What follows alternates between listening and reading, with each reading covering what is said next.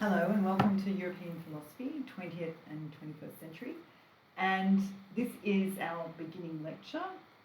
For this lecture, I want to introduce you to the concept of phenomenology, and we're going to think about the founder of phenomenology, Edmund Husserl, and particularly his motto, back to the things themselves. So we're going to think about what that means to go back to the things themselves. I'm Felicity Joseph, I'm your lecturer for this unit, and I'm really pleased to have you in this unit. It's one of my favourite ones to teach. Firstly, an acknowledgement of country. The University of New England respects and acknowledges that its people, courses and facilities are built on land and surrounded by a sense of belonging, both ancient and contemporary, of the world's oldest living culture. In doing so, UNE values and respects Indigenous knowledge systems as a vital part of the knowledge capital of Australia. We recognise the strength, resilience and capacity of the Aboriginal community and pay our respects to the elders past, present and future. I recognise that the land of the Anawin people, where UNE's Armidale campus is situated, was never ceded. So just a note on some readings. When you go to MyLearn, if you click on the study schedule link, you'll see a schedule of weekly readings. So some general introductory or background reading is Continental Philosophy, a very short introduction. From 2001, still a really good overview of the concept of continental philosophy. This is by Simon Critchley and it's available online through the library. Then we've got the Continental Philosophy Reader, which is a collection of primary texts. And so for every week we'll have a primary text. Now the introduction to each section, for instance, before the Husserl section, there's a little introduction where somebody has kind of given an overview of that philosopher and their philosophy. That's really helpful, it's very clear. So particularly with the more complex philosophers, it's useful to have a look at the introduction section. In terms of secondary reading, there's a work called Continental Philosophy, a Contemporary Introduction by Andrew Cutruffello, really interesting meditations and analyses of these primary texts, and it covers all the philosophers in this course and more. And as another interesting secondary reading you can have a look at if you like is Continental Philosophy Introduction by David West, who is an Australian philosopher who's based at ANU. So these are all various texts that we're going to be looking at through this course. And there will be occasional other readings, and where there are, that will be specified in the study schedule and available through the online reading list. Okay, let's look at this motto, back to the things themselves. This is from Edmund Husserl's 1901 work, Logical Investigations. Now, notice that date. This is the beginning of the 20th century, and in some ways, this is a kind of birth of what we now know as modern phenomenology. It comes to characterise the whole phenomenological movement, this particular phrase. What it represents is a movement away from more abstract and reductive thought, that is thought that reduces what you're seeing and experiencing to something more basic.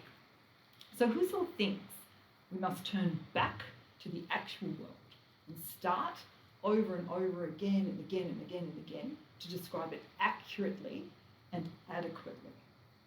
He thinks a lot of philosophy doesn't describe things enough. Another interesting thing he says is that as philosophers, we are all perpetual beginners, right? So we can all come fresh to our experiences and start philosophy again by giving descriptions of those experiences. Now let's consider the origins of continental philosophy.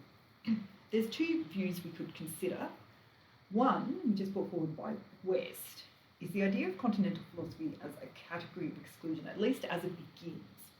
And this is the idea that the analytic philosophers, a group of usually Anglophone philosophers, that is English-speaking philosophers, although they may focus on Kant, they're characterised as tending to exclude, for instance, people like Hegel, the German philosopher Hegel, who is also associated with an early use of the term phenomenology, excludes him from consideration, right? So they sort of start to define themselves by kind of excluding something. So you could consider continental philosophy as, rather than beginning with Husserl, at least in terms of phenomenology, as beginning with Hegel. Simon Critchley argues that continental philosophy begins either with Hegel in the 19th century or with Husserl in the 20th century. There's different ways to kind of think about the beginning of this identity of a particular kind of philosophy or a sub-philosophy within the broader category of philosophy as a discipline. So one way we can think about this is continental philosophy as phenomenology. Primarily, it's about 20th century philosophy, although it's influenced directly by key 19th century figures, and we'll look at those. So we could see it as beginning with Husserl, who is, as I mentioned, termed the father of phenomenology. And it's a kind of philosophy that wants to pay close attention to our existence, starting with our own subjectivity, both individual and collective. Later, there's more of a focus on the body or embodiment, not just on the more mental aspects of our subjectivity. And then towards non-reductive accounts of our sensual experience of the body and the world. That is, when we talk about how we experience the world through our senses, not immediately reducing that to, for instance, sense data. And this is particularly important when it comes to time, because the early phenomenologists have a lot to say about time and the way we experience it, and that it's not straightforwardly a matter of just passing sense data. Another way to characterise continental philosophy is through its methodologies. So there are particular methodologies that might make you think, oh, that's continental philosophy. So one might be transcendental arguments, which we'll talk about at one point. So a particular kind of argument appealing to what has to be the case, such that we're having a kind of experience. Phenomenology, attention to phenomena, and I'll talk about that more. Existential analysis, we'll talk about genealogy, which is a term particularly associated with this fellow here, this character here, Michel Foucault. So particularly looking at the origins of our key terms and concepts in philosophy. Hermeneutics, looking at how we interpret texts, and deconstruction. So we'll be talking about all of these as part of our course. So all phenomenologies include these things. Firstly, radical critique of the history of philosophy so far. So they disagree with a lot of the ways philosophy has been taught and thought about. They often have impatience with many of the traditional problems of philosophy. For example, the problem of subject versus object. They may think it's not such a problem.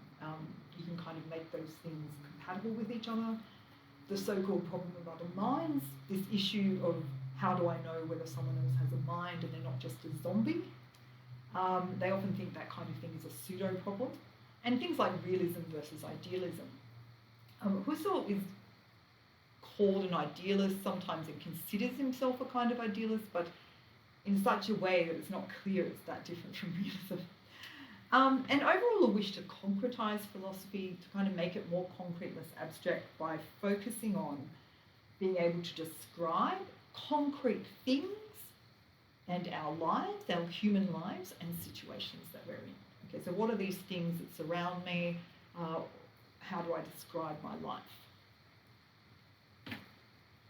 Now, just a little point on terminology. It's important to distinguish phenomenology from phenomenism. Sometimes you might see that word. And to understand this, we need to understand what is meant by the word phenomena. For the phenomenologists, phenomena just means the real world, but as it appears to us. Okay, so it's phenomenology as in study of or science of phenomena. Okay, this is a different meaning to another sense of phenomena, which is where it's used to mean only appearances, where there may or may not be a real world out there, but if so, we could never access it, right? So, I don't really know whether something's out there or not, but at least there's appearances, and that's what I'm going to analyse. This is phenomenalism. And it tends to be a little bit more sceptical about the outside world, whereas phenomenologists generally accept that there's access to the world, but only through our perspectives. So to summarise, phenomenology studies things as they appear to us, with emphasis on the appearance. It holds that we only know things in and through appearances. The objectivity of objective things comes to us through appearances. So it's not totally giving up on objectivity, but the idea is that we can only access that through the appearances themselves. Phenomenalism, on the other hand, studies only appearances, not the actual things themselves. And it distinguishes between real things and mere appearances, where appearances are sort of second rate or second grade, and objective things cannot appear to us at all. The whole idea of the objective thing is that it's outside of us and can't really be accessed. So for some of you who have studied Kant, you might recognise this kind of position.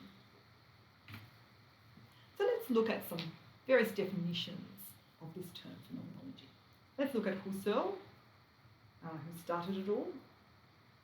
He says, and this is from Logical Investigations, 1901, at the beginning of the 20th century, one thing we may and we must strive for, that at each step we faithfully describe what we, from our point of view and after the most serious study, actually see. Our procedure is that of an explorer journeying through an unknown part of the world and carefully describing what is presented along his unbeaten paths. So note that metaphor of the explorer going on a journey, going through an unknown part of the world, which means they don't really know it yet. They're not predicting what they're going to see. They're open to whatever it is they come across. That's what Husserl wants to be, because he thinks we often come to phenomena with a lot of preconceptions, and we need to not worry about those conceptions or put them aside and just describe what we're experiencing. Okay, what about Heidegger? This is from his famous work, Being and Time. Heidegger says the expression phenomenology signifies primarily a methodological conception. This expression does not characterise the what of the objects of philosophical research as subject matter, but rather the how of that research. End quote. So Heidegger really thinks phenomenology is an approach to doing philosophy. It's not necessarily subscribing to any particular positive claim. Now, as we'll see, he has plenty of positive claims of his own. But he thinks you can do phenomenology in different ways. So different phenomenologists may make different positive claims. Phenomenology can talk about any topic, but it's how it approaches that topic that matters. Right? So it's a particular way of approaching what we want to philosophise about. Now, Maurice Merleau-Ponty, a French phenomenologist, this is from the preface to his Phenomenology of Perception, which is his most famous work. It is a matter of describing, not of explaining or analysing. Now that's quite a radical claim, right? Because philosophy does a lot of explaining and analysing generally. But he wants to focus on description. So again, that focus on description that we see already with Husserl. And he says, probably the chief gain from phenomenology is to have united extreme subjectivism and extreme objectivism in its notion of world or of rationality. So this is a theme that Merleau-Ponty comes back to again and again, and phenomenology tends to like, which is the idea that it's getting beyond extreme dichotomies in philosophy. So he thinks it's very important to move beyond traditional philosophical dichotomies, for instance, mind and body, which phenomenologists often think these kinds of dichotomies support fake philosophical problems. That is, they kind of create more problems than they solve. And if you start with those dichotomies, you end up with a kind of problem of being able to understand the world we live in. And they think you need to go back and give better descriptions. Daniel Moran, who's a contemporary phenomenologist, says phenomenology is best understood as a radical anti-traditional style of philosophizing, which emphasises the attempt to get to the truth of matters, to describe phenomena in the broadest sense, as whatever appears in the manner in which it appears, that is, as it manifests itself to consciousness, to the experiencer. And this is, he's basically paraphrasing Husserl here. This is something Husserl says in very, very similar words. So it's not just describing what it is, but describing how it appears, exactly how it appears to us. So radically subjective description in some sense.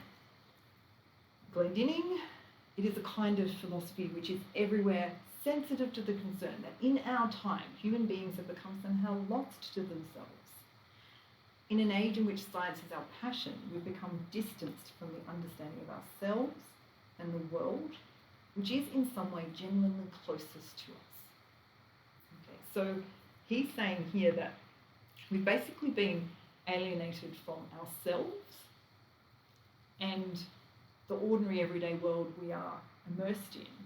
It's like we no longer know how to even describe that or analyse it. So there's an attempt then to describe the ordinary or the domestic or what is closest to us, and this has to include the intimate reality of our everyday life. Now, you might recognise a kind of feminist theme here. This kind of phenomenology does sort of predict some themes of feminist philosophy later, that wants to give a philosophy of everyday life, of intimate bodies, of what it's like to, be at home looking after the kids, that kind of thing. So there's some really, radical themes here. Okay, so some major works in phenomenology. There's a 19th century work by Franz Brentano called Psychology from an Empirical Standpoint that starts to talk about intentionality, which is a key thing we're talking about. I've mentioned logical investigations. There's an important work, Ideas 1 from 1913, and later an Ideas 2 that wasn't published at the time but got published later. Being in Time, Heidegger's famous work I mentioned. Crisis of European Science is a short work by Husserl in the 30s, and there's an extract from that in your reader that we're reading for this week. Jean-Paul Sartre's famous Vegan Nothingness from 1943. Only 2 years later we get Merleau-Ponty, his fellow Frenchman, writing Phenomenology of Perception. And then we get Simone de Beauvoir writing The Second Sex, 1949, and Totality and Infinity by the ethicist Levinas, who writes in the phenomenological tradition in the early 60s. So these are some key works that kind of set up phenomenology. So an overview of European philosophy in terms of movements and philosophers. On the one hand, we have phenomenology, as we know it, being set up in the modern time by Husserl in 1901, then his student Heidegger, and then we move into phenomenology and existentialism, which comes out of phenomenology. And there's this sort of movement from Germany to France. So Jean-Paul Sartre actually went to Germany and heard Heidegger lecture, and then so Sartre and Beauvoir and Merleau-Ponty are developing a more existentialist phenomenology across Germany, France, and then we have what becomes known as structuralism in France, associated with Althusser, Marcuse, particularly with Marxist thought, very political thought. And then in what becomes known as the postmodern era, we have post-structuralism and deconstruction, which comes out of that in France, via philosophers such as Foucault and Derrida. We'll be looking at both of those. 20th century phenomenology in France and coming into places like Australia as well. Lucy Rigouret from France, Elizabeth Gross from Australia, and her works in America. So that's just a sample of some key movements and philosophers. So what's important as well is the increasing role of women philosophers in European philosophy and phenomenology as we move on. So Stein and Husserl. There was a woman, Edith Stein, who was an assistant to Evelyn Husserl, and some believe wrote some of the works that were attributed to him. There's Hannah Arendt, who was an assistant to Heidegger, Simone de Beauvoir, and was associated with Jean-Paul Sartre, the partner, but they worked together. Rigouret, Cixous, Kristeva, Butler, and Gross. So we'll be talking a little bit about all of these figures at some point. So what happens really with the role of women philosophers is it changes significantly over time. So in the 19th century, And for those of you who may have done the 19th century unit of European philosophy, you might remember this, that unofficially women are often involved in philosophy. They're involved by salons and intellectual friendships. For instance, Caroline Schlegel and Schelling, Salome and Nietzsche. Salome was a friend of Nietzsche and was an early psychologist, one of the first women to go to university in Europe. So they're getting involved in academia, but often on a very unofficial level. In the 20th century, you start to see women entering into academia in a sort of semi-official level as assistants, for instance, as research assistants. So this was the case with Edith Stein and Hannah Arendt. Then we start to see them become more involved as equals, Simone de Beauvoir, and then to stand as professional philosophers in their own right. So later, Arendt starts to become known, and Stein also gets sort of reclaimed as they both get kind of known as philosophers in their own right, Beauvoir, Irigaray, and so on.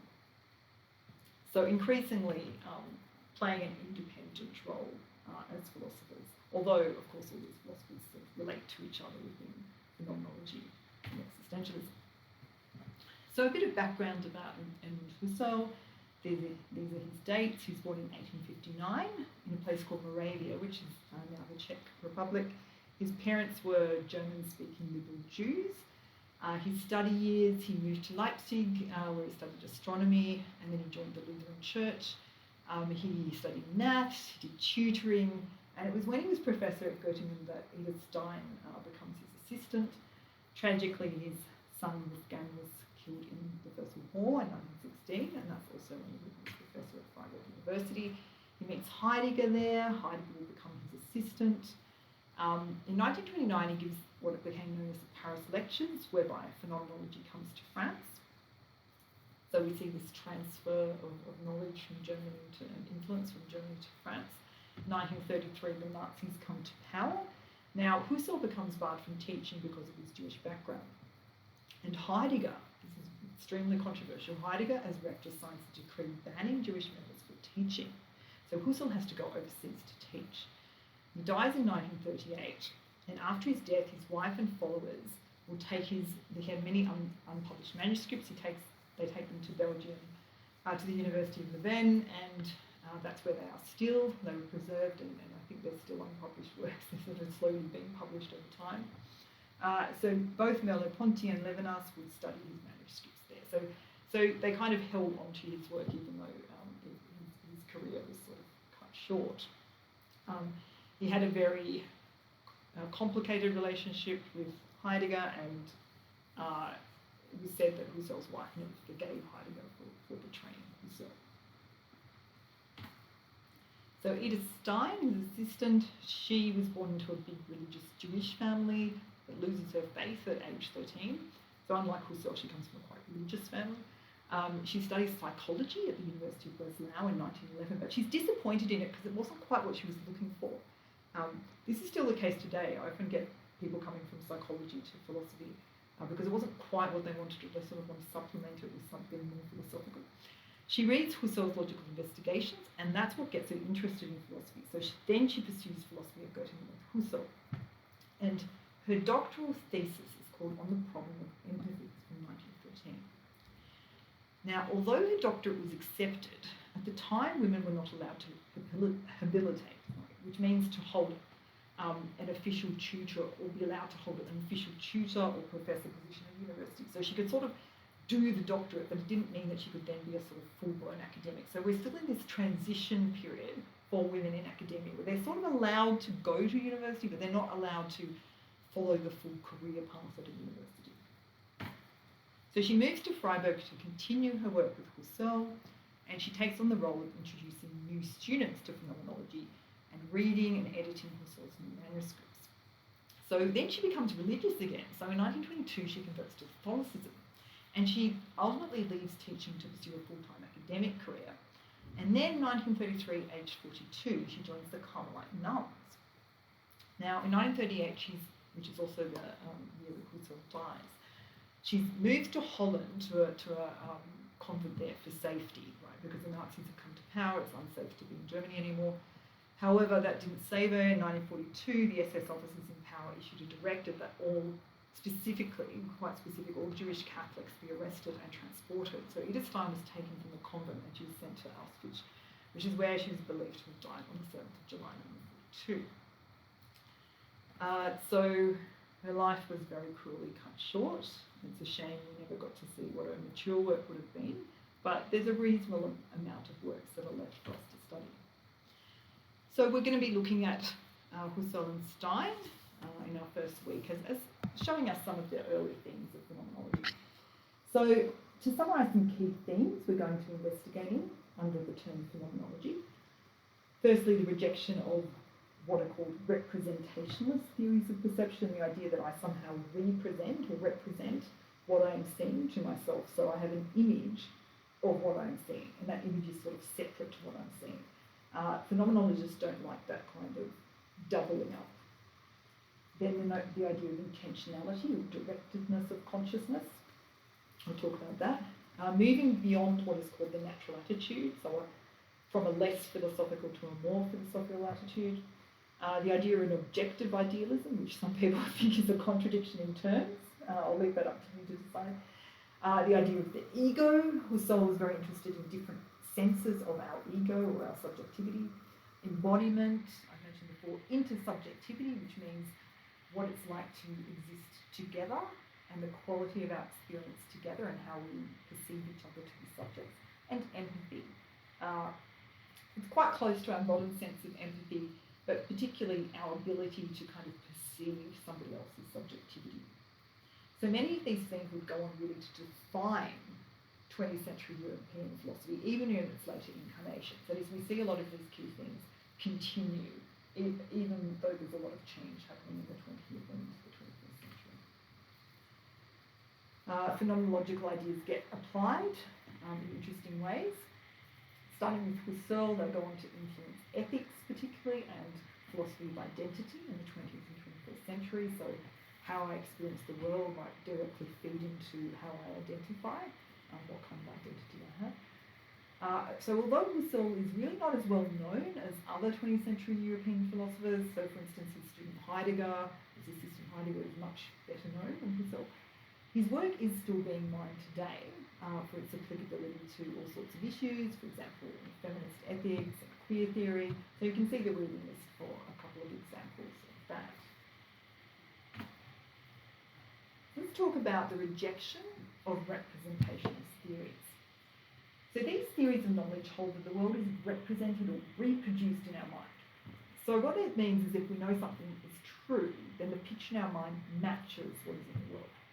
So this is associated with Locke and the British empiricists. Phenomenologists direct this kind of empiricism. They reject this kind of empiricism because they think we have a direct relationship with things in the world, rather than a representation of it. So presentation rather than representation. And this has consequences for theories of knowing or epistemology. That means knowing can be more direct than it might be allowed to be under someone like Locke or any other British empiricists. So one way to think about how phenomenologists see human subjects is they see us as kind of windows in the world. So we have direct access. Think of an open window. There's sort of direct access to what's out there. What's out there can come in. If it's raining, the rain will come in, and I can jump through the window. So I'm directly accessing the world. Let's look at this concept of intentionality. So this is a central idea of phenomenology. It's the idea that all consciousness refers to something outside of itself. It's directed to something outside of itself. So we've got this kind of picture that Husserl sets up, which is our ego on the one hand and the object on the other. Now, for Husserl, there's no such thing as just an ego that's sitting there by itself. It's in a world, and it's always directed towards some kind of object out there. Right? So consciousness is simply directedness towards something. Now, there's a controversy of intentionality. In particular, in terms of unpacking what type of things consciousness is directed towards. So it's all very well to say, well, consciousness is directedness towards things. Well, what kinds of things? Sensations, the physical things themselves, objects somehow inside our mind, objects outside the mind. If we say a perceiver is directed towards an object, what exactly do we mean? What is the nature of this object and how exactly are we directed towards it? This is an ongoing controversy within the concept of intentionality. So the phenomenologist answers, well, it's not sensations, right? Neither visual or auditory or whatever. It's not the sensations themselves. So it's not the sound itself. It's not a picture itself, in itself. And it's not so-called immanent objects that is somehow local to my consciousness, like some sort of fantasy I'm having, truly in my mind. That's not the way they think about the directedness. What Husserl thinks we're directed towards is what he calls transcendent objects. To transcend is to move above or be above, which may not have any real physical counterpart in the world. I mean, he calls these objects essences. So essentially you're directed towards something, some kind of, maybe closer to a kind of concept, right, that may or may not occur with some physical thing in the world. So consciousness is directed towards something that somehow escapes or transcends consciousness, right? So it's not contained within consciousness, it's somehow outside of it. And that kind of guarantees an outside world. It's not totally local to consciousness. In some sense, it's global, it's part of the outside world. So let's look at an example of what it means to distinguish, for instance, the object of our perception and the contents of the perception. Let's think about a box. I see a thing, for example, this box, but I do not see my sensations. I always see one and the same box, however, it's maybe turned and tilted, but each turn yields a new content of consciousness, which is a phrase that we sort of use this way. So the idea is that when you look at this picture, right, you're not just seeing green and black and some lines, you're seeing a box. Husserl says very different contents are therefore experienced, though the same object is perceived. So he's saying, look, you can move around the box, you can see all different presentations of the box, but in the end, you just see the same object. So the object is a unified thing that you see in a holistic sense, and the contents are various kinds of aspects, different aspects of the thing you see as you move around.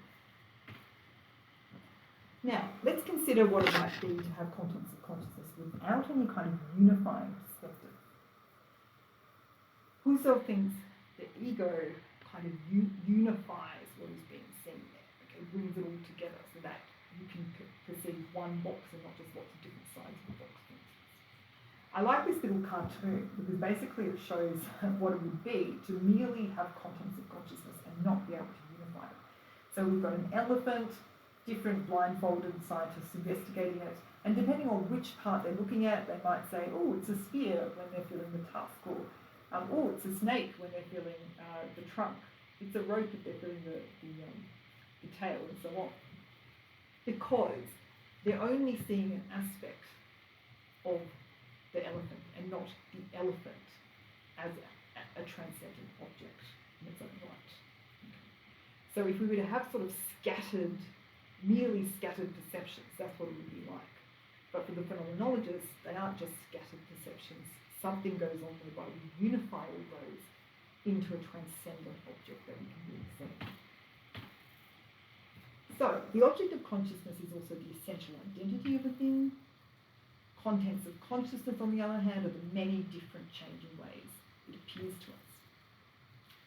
Sometimes this is called the intentional object, the object of our consciousness, what we direct ourselves towards. So Husserl gives this example from logical investigations.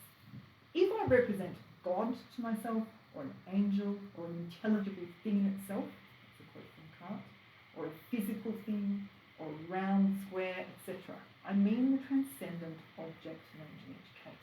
In other words, my intentional object. It makes no difference whether this object exists, or is imaginary, or absurd. So some people might say an angel is imaginary, A round square is certainly absurd. How can you see a round square? How can you think of a round square? But Husserl says it doesn't really matter because I can direct my consciousness towards all kinds of transcendent objects.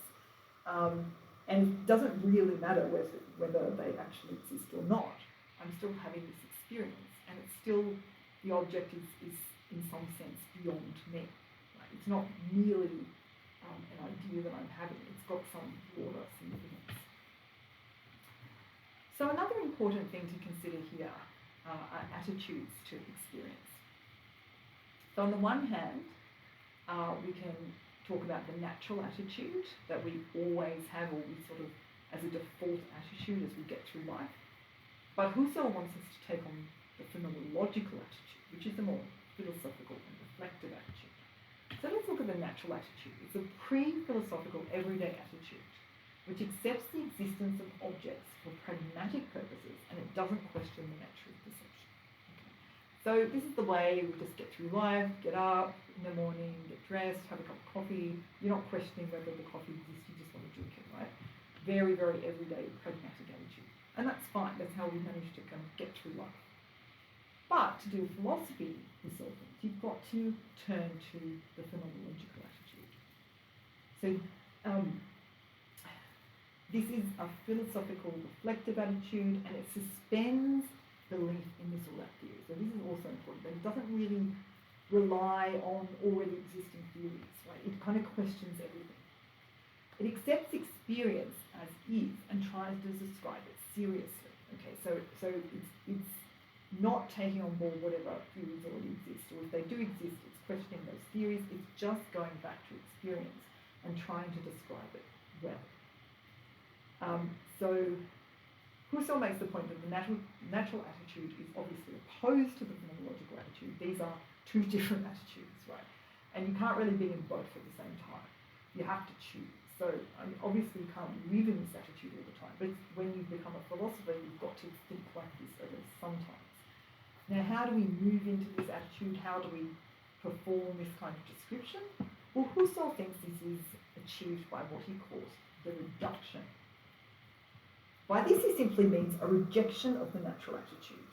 He says, let us now shift from our natural scientific psychological standpoint to an ideal scientific phenomenological one.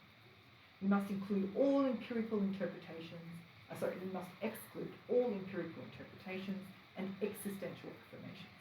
Now, I'm just noting that the term scientific here, he's using it in the sense of logical, rational, and systematic, but not in terms of empirical sciences. So later on we come to associate the word science with empirical sciences, but Husserl is using it in what's more the 19th century use of the word, which is to mean, any kind of systematic study. Right? By empirical interpretations, he means whatever I've already decided exists out there based on various perceptions I've had. And existential affirmations, saying this definitely exists, that definitely exists. He's throwing out all that baggage and just wanting to come to the phenomena as a kind of new person in a sort of fresh start. So Husserl says we live in the natural attitude, we philosophize in a different attitude, a reflective attitude. The reduction does not deny and then require Alain Descartes in establishing the existence of the world. This is from Commentator Drummond, the existence of the world. So basically Descartes has to kind of work on re-establishing our belief in the world, having sort of questioned whether there's a world out there. But the reduction does not assume that. It doesn't start from a position of, I don't know whether, I'm denying that there's actually an outside world, but rather it's just trying to be very, very reflective about this outside world.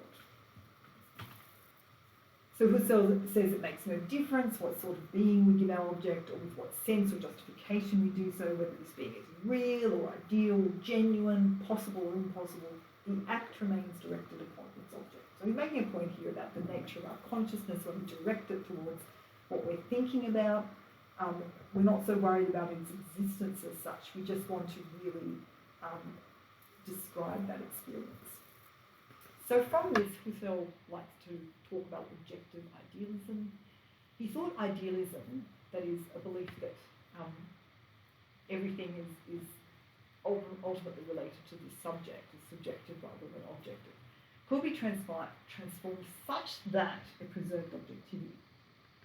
That is, that we really can know things objectively, and that there's no such thing as a thing in itself in the Kantian sense. There's not something out there in the outside world that we'll never ever be able to contact.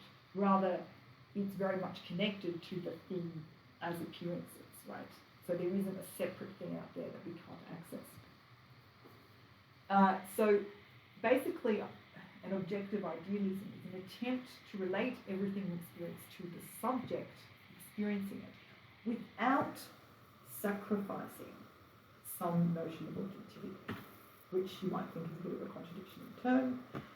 So yes, he departs from Kant, who believed that there existed things in themselves somehow beyond our consciousness, which we couldn't actually know, but we posit that they could